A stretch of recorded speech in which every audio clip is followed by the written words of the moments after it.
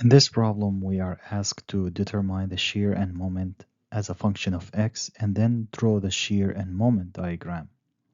So in this problem, we have a beam and we have a distributed load of 2 kilonewton per meter. We have a 3-meter long beam and we have an applied moment, external moment of 15 kilonewton times meter. So as we said, this is called a distributed force or distributed load along the length of the beam.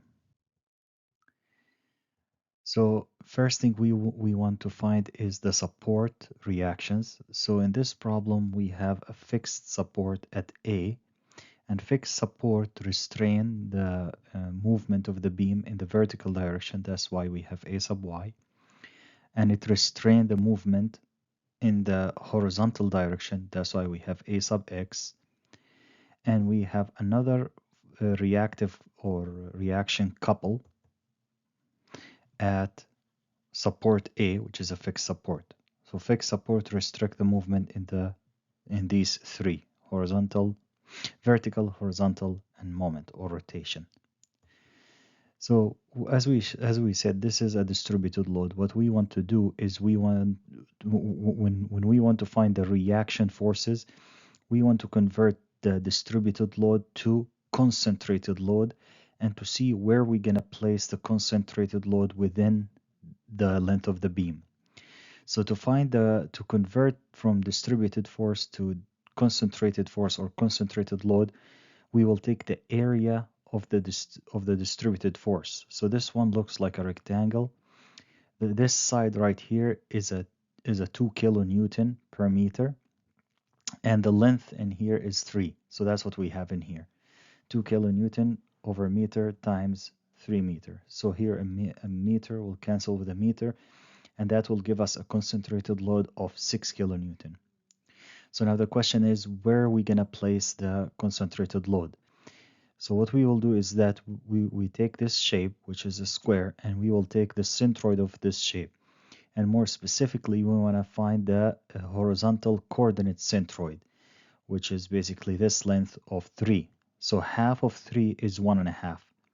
So here we can place, we can consider that this free end is 0, and this one will go all the way to 1.5 meter. And we will place our concentrated load right here of the value 6 kilonewton. And this will be our central axis. And from now on, we will use this yellow dashed line to represent the beam in here. Now, as we mentioned before, these external loads, like the distributed force, these are the vertical, or in other words, we call it transverse loads that act perpendicular to the beam axis, or the A sub y that act perpendicular to the beam axis. These perpendicular forces, they generate internal shear force. And that's what we want to find in our diagram. In our shear diagram, we want to find the effect of these external loads on the internal shear forces within the beam. And the given moment, 15 kilonewton, and the reaction or reactive moment due to the fixed support, these external moments will generate within the beam something called internal normal forces. So normal forces, from the name, they act normal to the cross section, or in other words, they act perpendicular at a 90-degree angle to the cross section cut as shown. And what will happen, because this one on the top will generate a compressive force, and on the bottom, as you can see, it's pulling, so it will generate a tension force. Therefore, it will create an internal net moment.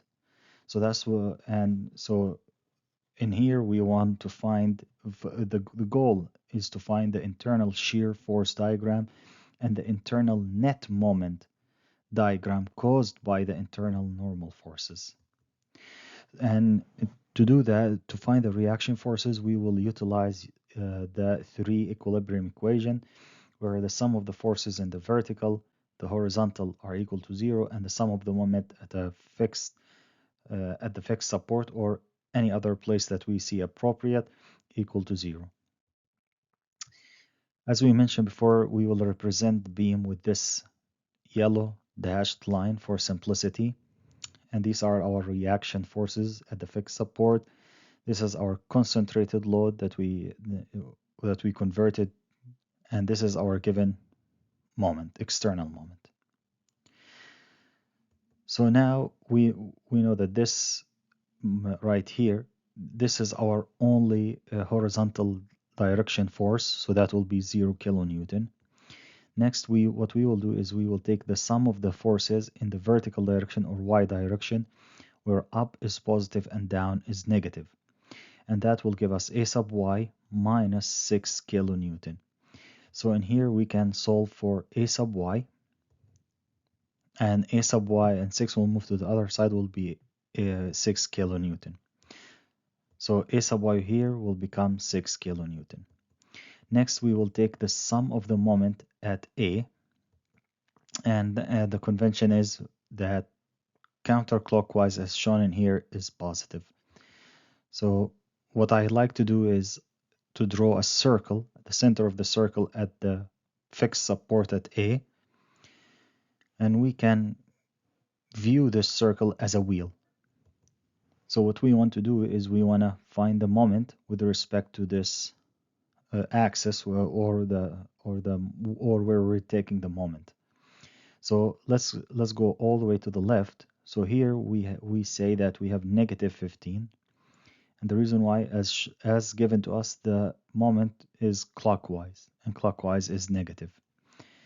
Then the moment is force times the perpendicular distance to the axis of rotation at A, or where you take the moment. And that is the force 6 times the distance, which is 1.5 meter. But here the sign is positive. Let's see if that's correct. So if you took this 6 kilonewton at the edge of this circle, it will cause the circle to go counterclockwise. That's why it's positive. Plus the moment at A, here we assume that it goes positive, equal to 0. So here our goal is to find the moment at A, and this can be written as the moment at A equal to 15 minus 6 times 1.5 is 9, and 15 minus 9 will equal to 6 kilonewton times meter. So here we can cancel the moment at A and rewrite it as 6 kilonewton times meter. So as you can see here, we were able to find the two reactive forces and one reactive moment. So next, what we want to do is we want to find the moment.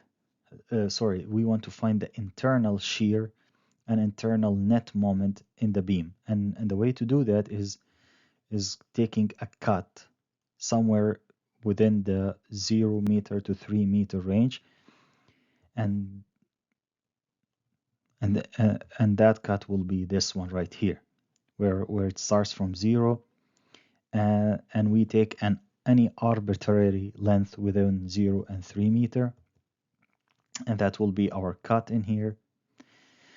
This one right here is given to us as 15 kilonewton. That's and right here is represent your net internal shear force, and this one represent your net internal moment. So as we mentioned, we want to place so this one have a concentrated load, right? So this concentrated load, where are we gonna put it? Just like we did in the reactive force, we're gonna take half the distance. So half of x is x and a half, x over 2.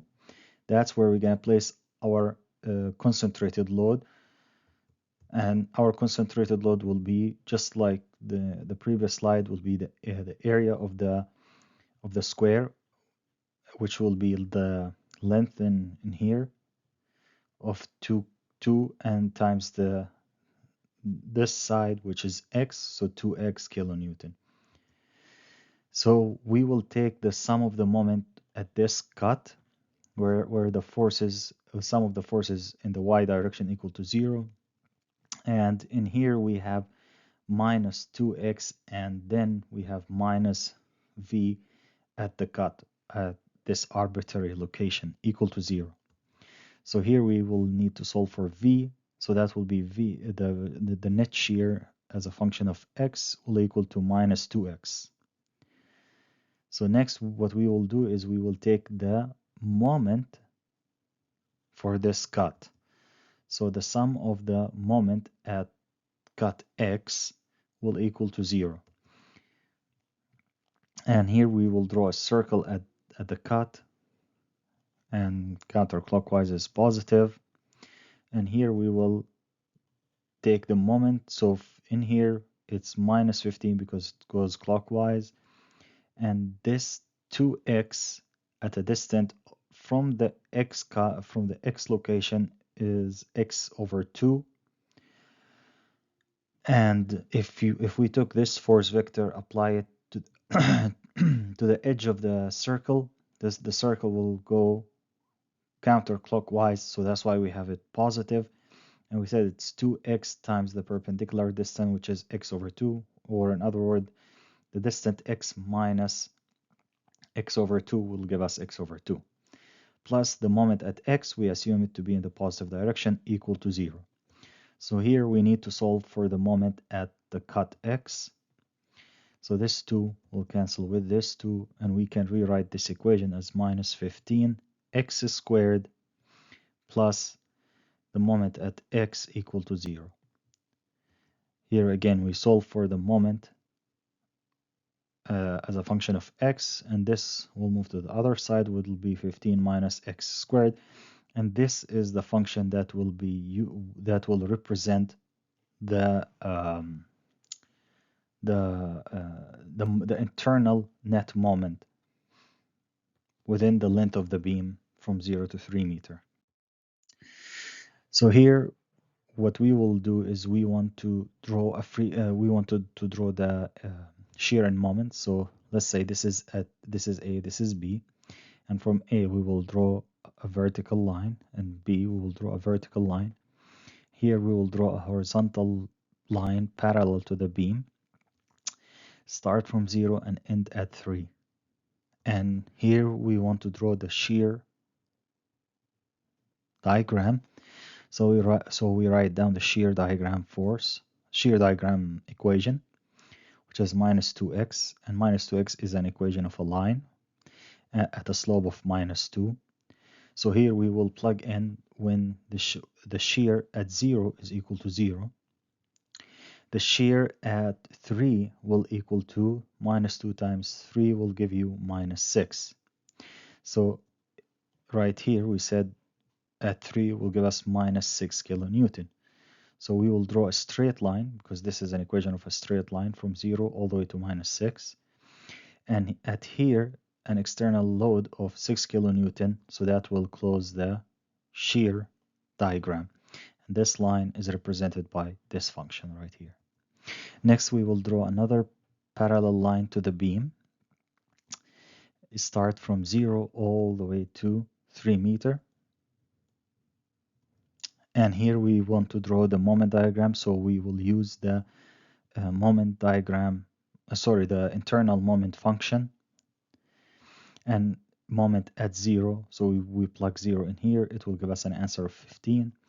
And the moment at 3, when we plug it in here, it will give us a moment at 6. So here you will have your moment at 15, and at 3 will be 6, and 15 minus x squared, this is parabolic equation, so this will be your function. That's how it's going to look like a curved line. I know it's not perfect, and this is the function that will represent this curve. And here we were able to close out the moment diagram. Thank you very much.